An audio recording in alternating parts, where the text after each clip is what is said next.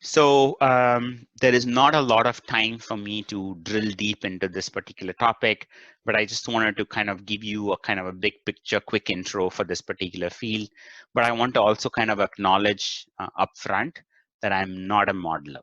Okay, I don't see myself as a mathematical modeler. I don't see myself being an expert in this area.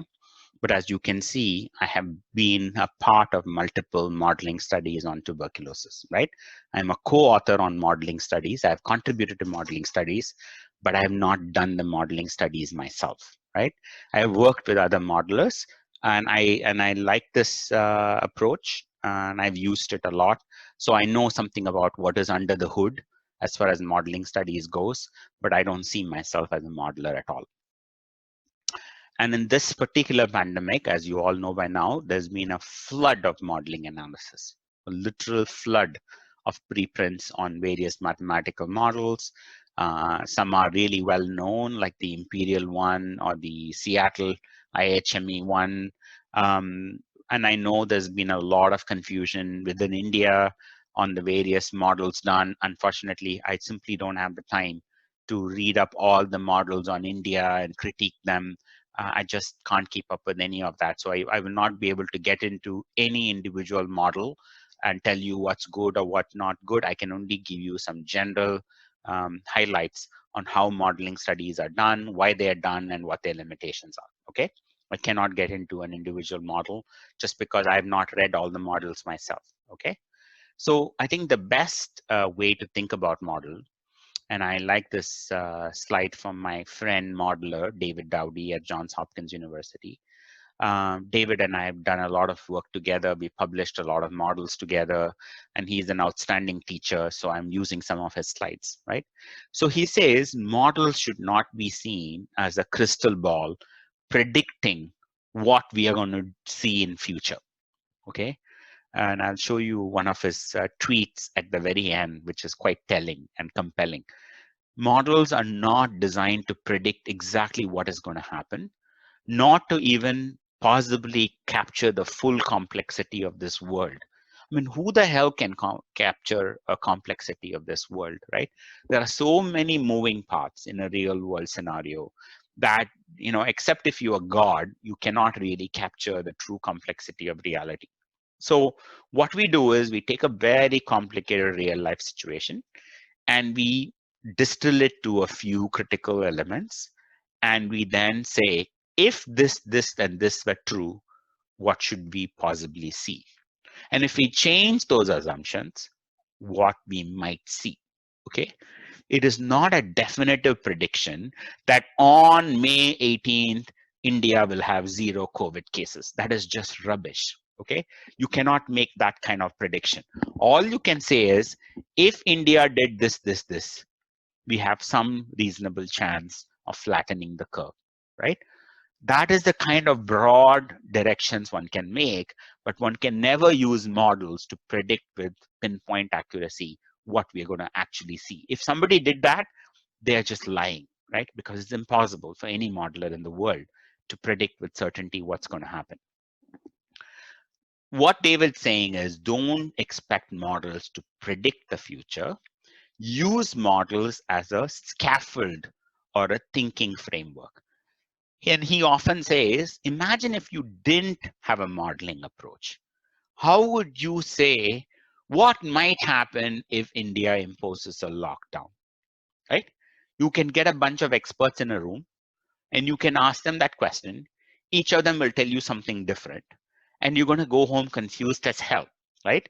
This expert consensus works in some situations, but in some situations, it is extremely dependent on who your experts are, what they're thinking, what their biases are, who they're working for, are they being willing to be honest or not? It's a bloody mess. On the other hand, if you used a transparent model where you clearly say, here are every one of our assumptions that we have made. You want to change the assumption? Change it. Here's the code. You can change it yourself, right? Here are the assumptions we've made. Here's the data that we've used to input into the model. It should be transparent. It should be comprehensible. It cannot be a black box model that nobody understands except the people who did the model. I think the Seattle group is notorious for this black box global burden of disease modeling that very few people in the world understand, right? It should be reproducible.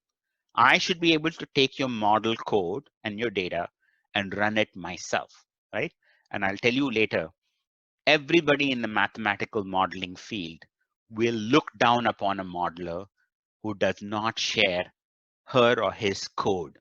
The entire code should be put out there in the public domain the minute you publish a mathematical modeling study. You cannot hide the code and not share it, right? If a modeler refuses to share their code and their data, then you ignore that model because that's just a bogus work, right? Any honest, self-respecting modeler will publish the entire code on how they arrived at the model at the same time the paper comes out, right? That's an unwritten rule among modelers, right? And any modeler who knows what they're doing will have a model with all the uncertainty buried in it. They will be explicit about uncertainty, and they will also tell you, here are the things we do not know yet, right? So if you think of a model, so if we did this, what could we find? And then if we added this intervention, what might happen? Then if we did this, what could happen, right? You can stack as many things as you want, and then you can see or run the simulation to see what may happen or may not happen, right? So this is a nice way of thinking about it. It's a transparent data-driven framework for thinking about what might be the trajectory, but it is a bad idea to use a model to say with accuracy, this is what we will find on such and such a day or such and such a month, because that is just bogus, right? No model can do that. So here is a modeling exercise that David's often used. I don't care about this actual number, right? That's not the goal of showing it to you, and I don't want you to spend much time on it. But basically he's saying, think of two different tests for TB or two different tests for COVID. In one test, it's 50% sensitive, but you can go and screen the whole population once through active case finding. The second test is 90% sensitive, but it requires sick people to come to your hospital, right? And then he's saying, here are some assumptions. It takes 1 year for TB before somebody presents. You have something like an R naught of 10, number of secondary cases for every infectious person, right? And the number of secondary transmissions that result in active TB is 20%. Mortality, if detected, is 20%. Mortality, if not detected, is 100%. Then you ask the question, which of the two testing strategies is a better one to do, right? At the simplest, you and I can use an Excel spreadsheet, right? When we say, let's do a back of the envelope calculation, this is what we're doing, right? Test one, test two, let's take a cohort of 100 imaginary people. How many tests will we do? How many will be positive based on the sensitivity of a test? How many will live? How many will die? How many new cases will you find? Based on the assumptions listed in the previous slide, right? So you can easily do a spreadsheet model like this in a very short period of time, right? You may not think of this as a model, but in effect, it is a model. You've taken an imaginary cohort of 100 people and you've played out two scenarios, test one, test two. And for each test, you've made assumptions. How sensitive it is, how many people are going to develop disease, how long will the disease be there, how many secondary cases will you see. Those are all the assumptions of the model. An Excel spreadsheet is a wonderful mathematical modeling tool. I know one of the best modelers in the world in the field of TB and other diseases, Christopher Dye. I once asked him, Chris, what is your software for doing all your modeling? He said, Excel, okay? So an Excel spreadsheet is good enough to do mathematical modeling if you have set up the data correctly. It can produce beautiful graphs, curves, everything that you're looking for, okay? Now, that's a very, very, very simple spreadsheet or a standard model, okay? But David's saying, if you wanted to do this to be more sophisticated, what happens in terms of transmission? If you look at the previous slide, it's fine as far as who is diagnosed, how many live, how many dead. But it doesn't tell you if you had TB, how many other people are going to get TB, right? For this, you have to change your thinking to something called transmission models. Transmission models means kind of like what you've learned from an R naught. One case will produce three cases if the R naught is 3, right? Those 3 cases will produce another 3 case each. So you will have 9, right? And the doubling time and the tripling and the exponential increase.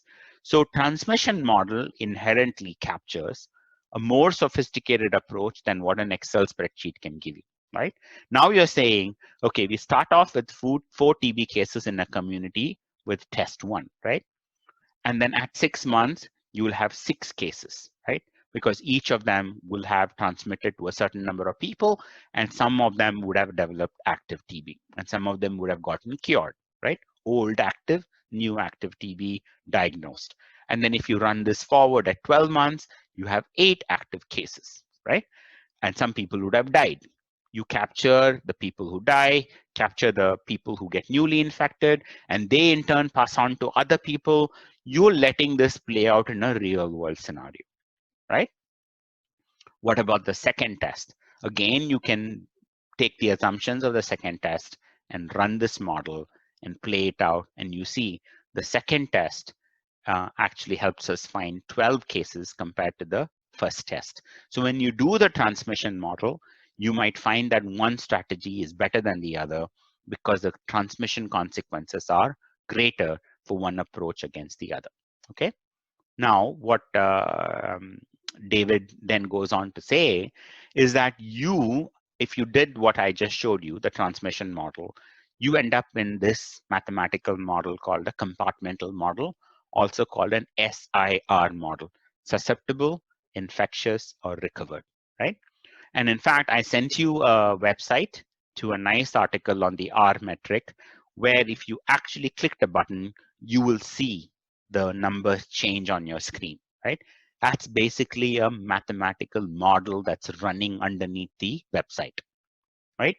Anytime you do a simulation, so long as the parameters are fed in, then the mathematical model will get simulated on the screen, and you will see if the R naught was 3, how many infections you will see in generation number 6.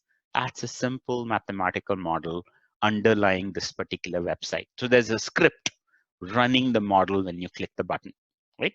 This is a simulation exercise, right? Simulation is a computer simulation, and this is what exactly we do when we do mathematical models, right? In an SIR model or a compartmental model, you first lay out the model before you even do the modeling study, right? How many people are entering this compartment of being not infected for TB or COVID, right? Then you say infection happens. You could have the next compartment is people who are latently infected, right? Uninfected, infection, latently infected, and then they cure themselves, or they may reactivate to develop active TB. Some of them will rapidly progress to active TB. Some of them will get treated. Some of them will recover. Some of the recovered people will end up with the relapse, right? Some of the latently infected people will progress to active TB. So you can see there are multiple compartments, and people can move across the compartments. Then what you would do is that you would define a mathematical probability of an infected people getting infected, right? That's you based on assumptions and the literature. Then you will have another probability. What is the risk of a latently infected person to progress to active TB?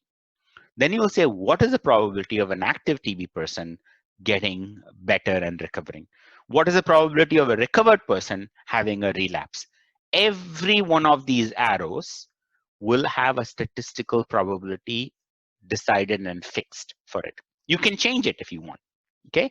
But based on the literature, you will have to go out and find every one of those mathematical probabilities, and those equations have to be fed into the computer model. Then you say, I take a hypothetical population of 100,000 people, and I'm going to push them through this system. And based on all the probabilities that I've put in, I will see this calculations happening over a period of time. Then I'll say, if I ran the simulation of 100,000 people for 1 year, these are the numbers I will get at the end. how many people will end up with active TB, how many will die, how many will recover, how many will relapse, so on and so forth, right?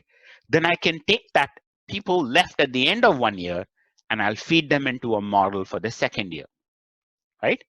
Then that's another analysis that gets run. And then people at the end of third year will go into the fourth year model.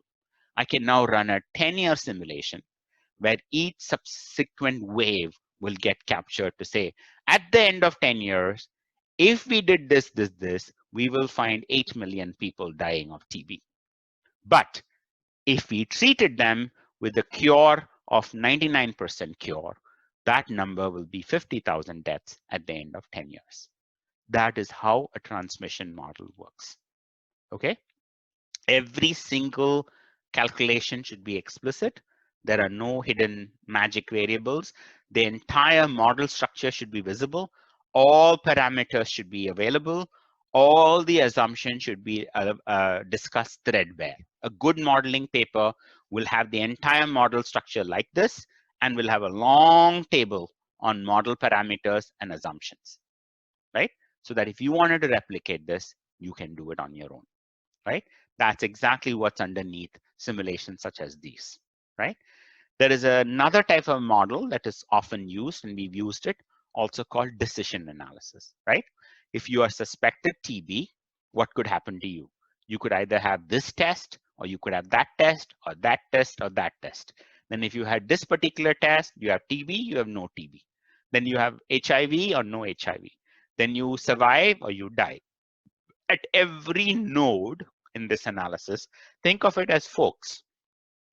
Think of it as possible outcomes for every single node as it moves forward in time. For every node, we ascribe a probability, right? If you are infected with TB and you have active TB, what is the risk of being HIV infected or uninfected? That's based on the literature, and that's based on the population that you're modeling, right?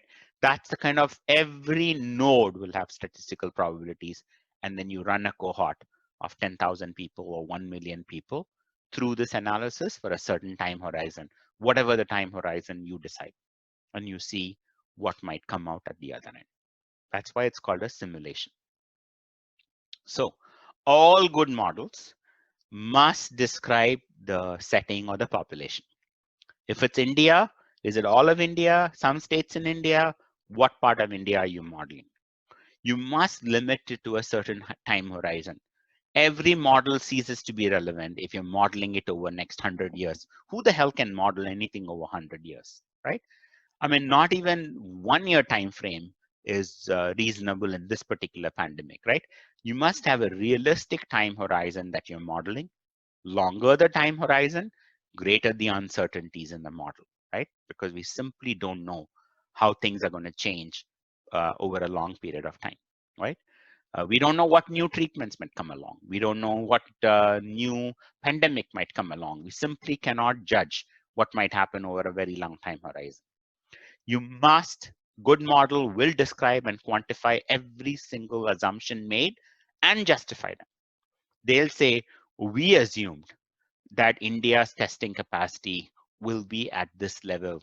It will not be that high, it will not be this low, right? Then you will provide projections with uncertainty range. Just as we provide 95% CI for any individual study, a good modeling study will also provide uncertainty range. We think the total number of deaths that we might see after 3 months is 100,000, but the uncertainty range is somewhere between 50,000 and 200,000, right? That's a good model because they're capturing uncertainty. And then any good model will do what we call sensitivity analysis. They'll say, we are going to change the parameters and see whether the entire results will change based on just one minor tweak in a parameter. In other words, are the modeled results robust, or are the results sensitive, highly sensitive to small perturbations in the parameters? For example, if I changed R naught in my model from 2.5 to 2.8, and it completely changes results and millions of more people will die, then I have to ask myself, something is wrong, right? The model is so sensitive to a tiny tweak in one parameter, which makes me worry that this is not a robust model. Something is making this model unstable, that a tiny change in one parameter can completely dramatically move the results in one direction or the other, right? Every model should have a long section discussing the limitations of the model, right? We could not get accurate data on this, that, or the other. So here are all the judgments and extrapolations we had to make, so on and so forth. And then, like I said in the start, every model must publish the entire code and the data for others to validate and verify, right? No model should be published with the code or the data hidden. Then I can't validate that data. I can't query it. I can't challenge it. I don't even know what assumptions went into it. If all I'm seeing in a model is one slide picture showing a curve, that's bullshit, right? Because it tells me nothing about what is underneath the entire model, right? I cannot even critique just a one slide model because it's impossible to know what went on. So that's why I gave you this paper to read, the New England Journal paper. Wrong but useful, what COVID epidemiological models can or cannot tell us. So they're basically saying that all of us should critique models and take them with a pinch of salt.